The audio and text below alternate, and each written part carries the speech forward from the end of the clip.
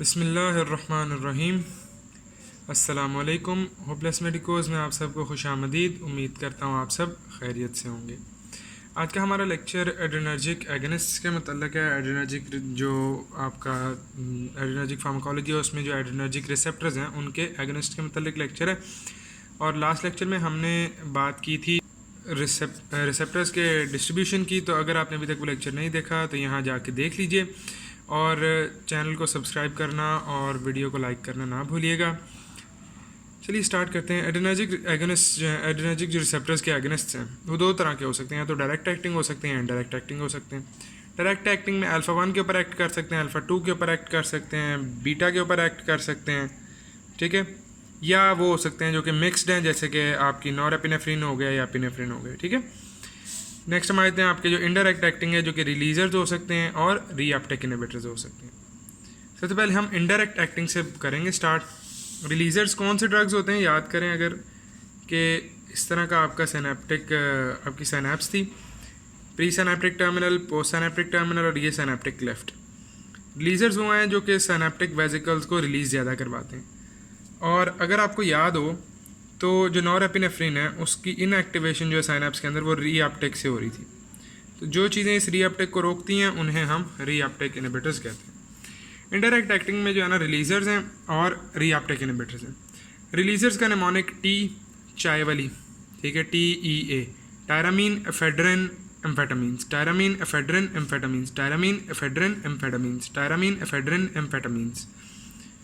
Tyramine जो है ये पाई जाती है रेड वाइन और चीज़ के अंदर, लेकिन नॉर्मल लोगों के अंदर ना जो आपकी गट है और जो लिवर है, गट और लिवर के जो मोनोअमाइन ऑक्सीडेजेज है ना, गट के और लिवर के जो मोनोअमाइन ऑक्सीडेजेज हैं वो इसको ना बहुत एक्सटेंसिव मेटाबॉलिज्म इसका करते हैं, जिसकी वजह से ना इसकी डिक्री ऑरल अवेलेबिलिटी ना होने के बराबर होती कि अगर वाइन या चीज़ इंजेस्ट की भी है तो उस इंजेक्शन की वजह से टायरामीन ब्लड स्ट्रीम तक नहीं पहुंचता एक्सेसिव अमाउंट में, ठीक है।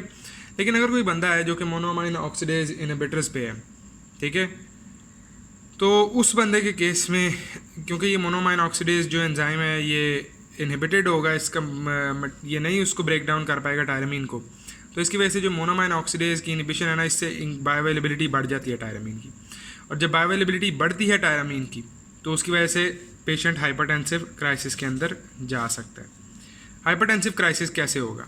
देखो, आपने रिलीजर बढ़ा दिया, रिलीजर बढ़ाने से नॉरएपिनेफ्रिन बढ़ गया साइनेप्स के अंदर, नॉरएपिनेफ्रिन बढ़ गया तो जो आपकी ब्लड वेसल होती है उसके ऊपर अल्फ़ा 1 एगनिस्ट होता है, अल्फ़ा 1 रिसेप्टर्स होते हैं जो कि इनर्वेटेड होते हैं।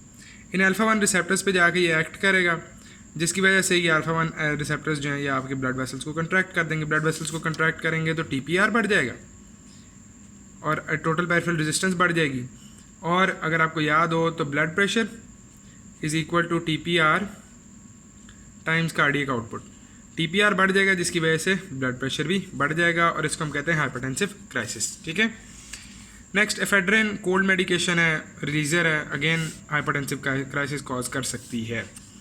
एम्फेटामीन्स जो हैं ये एंड साइकोस्टिमुलेंट्स के तौर पे यूज़ होते हैं क्योंकि ये ना सेंट्रल नर्वस सिस्टम के अंदर जाके भी ना डोपामीन, नॉरएपिनेफ्रिन और सेरोटोनिन, ये 5HT जो है ना ये सिंबल होता है सेरोटोनिन का, DA डोपामीन, NE नॉरएपिनेफ्रिन और 5HT सेरोटोनिन, इन तीनों के ना रिलीज़ को ये बढ़ाता है, जिसकी वजह से ना आपका जो पेशेंट है ही विल बी स्टिमुलेटेड। और इसमें जो क्लिनिकल यूजेस हैं इसमें मिथाइलफेनिडेट जो आपका ड्रग है जो इसका रिप्रेजेंटेटिव है, और ये यूज़ होता है नार्कोलेप्सी और ADHD attention deficit hyper active disorder के अंदर। नेक्स्ट हमारे पास आ जाते हैं रीअपटेक इनहिबिटर्स। रीअपटेक इनहिबिटर्स में आपके पास दो क्लासेस हैं, दो ड्रग्स हैं, कोकेन्स और TCAs।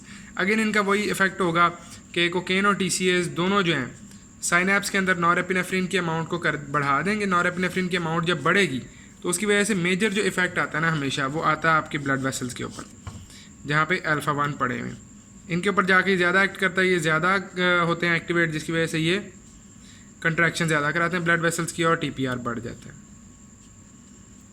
ठीक है।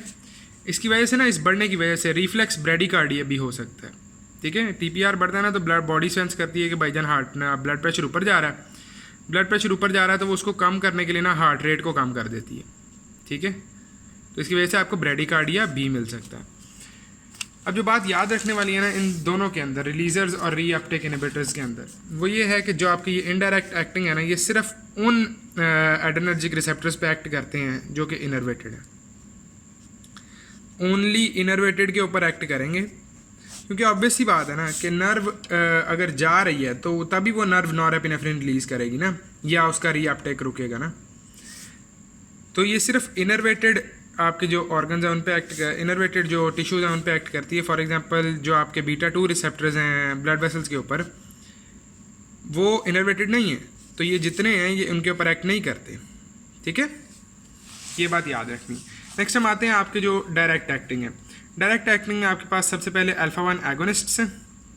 अल्फा 1 एगोनिस्ट जो हैं ये क्या करेंगे अभी देखना। अभी हमने ऊपर बात की कि ब्लड वेसल है, ब्लड वेसल के ऊपर अल्फा 1 रिसेप्टर है। अल्फा 1 रिसेप्टर पे आके जो है ना नर्व एंड हो रही है, एक न्यूरॉन एंड हो रहा है। अच्छा, अल्फा 1 जो एगोनिस्ट है वो है जनाबे वाला GQ कपल्ड होने की वजह से ब्लड वेसल की कंट्रैक्शन कराता है। तो जब यहाँ पे आके अल्फा 1 का एगोनिस्ट लग जाएगा और इसको स्टिमुलेट करना शुरू कर देगा, इसकी एक्टिविटी बढ़ जाएगी, तो कंट्रैक्शन होगी। कंट्रैक्शन होने की वजह से ब्लड प्रेशर बढ़ेगा। ब्लड प्रेशर क्यों बढ़ा है? क्योंकि TPR बढ़ है, टोटल पेरिफेरल रेजिस्टेंस बढ़ रही है। अच्छा, अब BP बढ़ाएगा वाया वेजोकंस्ट्रिक्शन, लेकिन उस BP के बढ़ने की वजह से रिफ्लेक्स ब्रेडिकार्डिया होगा, जो कि मैंने आपको बताया कि अभी हमने ऊपर इक्वेशन एक बात की थी कि BP is equal to TPR multiplied by cardiac output, और कार्डियक आउटपुट होता है heart rate times blood volume. जब ये बढ़ता है बॉडी सेंस करती है कि BP भी बढ़ गया। BP बढ़ने की वजह से ना बॉडी कहती है कि जनाब वाला अब ये तो बढ़ गया, इसको कार्डियक आउटपुट को कम करते हैं, तो वो हार्ट रेट को रिड्यूस कर देती है जाके। ठीक है, इसको कहते हैं रिफ्लेक्स ब्रेडिकार्डिया। ठीक है, रिफ्लेक्स ब्रेडिकार्डिया हो सकता है। और हम जो है ना क्या उसको कहते हैं alpha 1 agonist cardiac output decrease करते हैं। कार्डियक आउटपुट क्यों डिक्रीज करेंगे? वही बात ना कि हार्ट रेट कम हो रहा है। लेकिन इस चीज़ की कंपनसेशन जो है ना वो इस तरह हो जाती है कि आपका वीनस रिटर्न बढ़ जाता है। ठीक है, नेक्स्ट हम आते हैं आपके फेनिलेफ्रिन पे, जो आपका इसका एक ही ड्रग है अल्फा 1 एगोनिस्ट में, आपने याद रखना है, वो है फेनिलेफ्रिन। फिनाइलेफ्रिन भी बोलते हैं कुछ लोग। फेनिलेफ्रिन आपने याद रखना है अल्फा 1 एगोनिस्ट के अंदर नेजल डीकंजेस्टेंट के तौर पे यूज़ होता है। ठीक है, ऑफ्थेल्मोलॉजिक इसका यूज़ है मेड्राइसिस विदाउट साइक्लोप्लीजिया। इससे क्या मुराद है? याद करो, हमने मस्करिनिक जो आपके एगोनिस्ट्स हैं और एंटागोनिस्ट्स हैं उनमें हमने मायोसिस और मेड्राइसिस पढ़ा था। ठीक है, तो जो आपकी थी क्या उसको कहते हैं ट्रोपिकामाइड था, वो हमने किया था कि डायलेटेड आई एग्जाम्स के लिए यूज़ होता है। ट्रोपिकामाइड जो है वो डायलेटेड आई एग्जाम्स के लिए यूज़ होता है। अब वो क्या कर रहा था, वो इसको डायलेट कर रहा था आई के जो मसल हैं उनको। अब अल्फा 1 भी यही इफेक्ट प्रोड्यूस करता है, लेकिन फ़र्क यह है कि जो मस्करिनिक्स है ना वो आपके जो लेंस का मसल है, जो सीलियरी मसल है, उसको भी इफेक्ट करते हैं। अल्फा 1 उसको इफेक्ट नहीं करता, सिर्फ और सिर्फ मेड्राइसिस कॉज करता है, लेकिन साइक्लोप्लीजिया नहीं कॉज करता। साइक्लोप्लीजिया ये होता है कि आप फोकस नहीं कर सकते। ठीक है, और हम इसको हाइपोटेंसिव स्टेट्स में यूज़ करते हैं। पेशेंट अगर हाइपोटेंशन में जा रहा है, ठीक है, फॉर एग्जांपल किसी पेशेंट का ब्लड लॉस हुआ और वो हाइपोवोलेमिक शॉक की तरफ जा रहा है, तो हमने ब्लड प्रेशर को रिटेन करने के लिए क्या उसको कहते हैं अल्फा 1 एगोनिस्ट दे सकते हैं।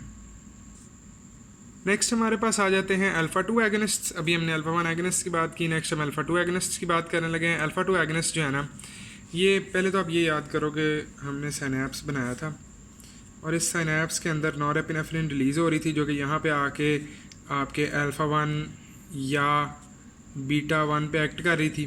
ठीक है, याद रखो कि बीटा 2 आर नॉन इनर्वेटेड। ठीक है, और जो आपके है ना अल्फा 2 वो होते हैं यहाँ पे प्री जंक्शनल जो है ना, जो प्री सिनेप्टिक आपका जो टर्मिनल है उसके ऊपर होते हैं। अब इससे होता क्या है, याद करो कि हमारा निमोनिक था MAD2s का। MAD2s are GI coupled, M2 alpha 2 और D2। अल्फा 2 ना GI कपल्ड होते हैं। ये एक ना यूँ कह लो कि फीडबैक इनहिबिशन के तौर पे काम कर रहे होते हैं कि नॉरएपिनेफ्रिन जब रिलीज़ होती है तो यहाँ थोड़ी सी जाके लगती है, जिसकी वजह से ना इसके यहाँ लगने की वजह से ये GI कपल्ड है। GI कपल्ड होने की वजह से ना ये इस नॉरएपिनेफ्रिन के रिलीज़ को रोक देते हैं।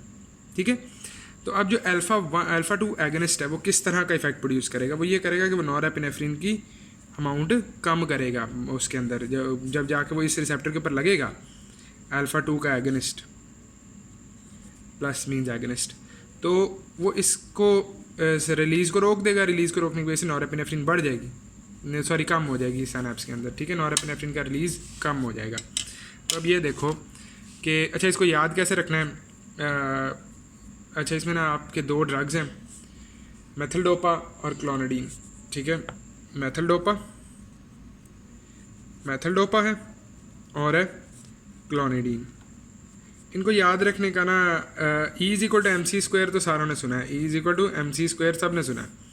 तो इसको हम चेंज कर लेते हैं अपने लिए, वो हम बना लेते हैं α=mc² के अल्फ़ा स्क्वायर के 2 के साथ कर लो लिंक मेथिलडोपा और क्लोनिडीन, ठीक है। मेथिलडोपा और क्लोनिडीन यही 2 ड्रग्स हैं जो आपने α2 एगोनिस्ट के लिए करने हैं। अब ये करते क्या है, ये स्टिमुलेशन बढ़ाएंगे जंक्शनल रिसेप्टर्स की, प्री जंक्शनल रिसेप्टर की जब इन्होंने स्टिमुलेशन बढ़ाई तो उसकी वजह से नॉरेपिनेफ्रिन का रिलीज़ कम हो गया।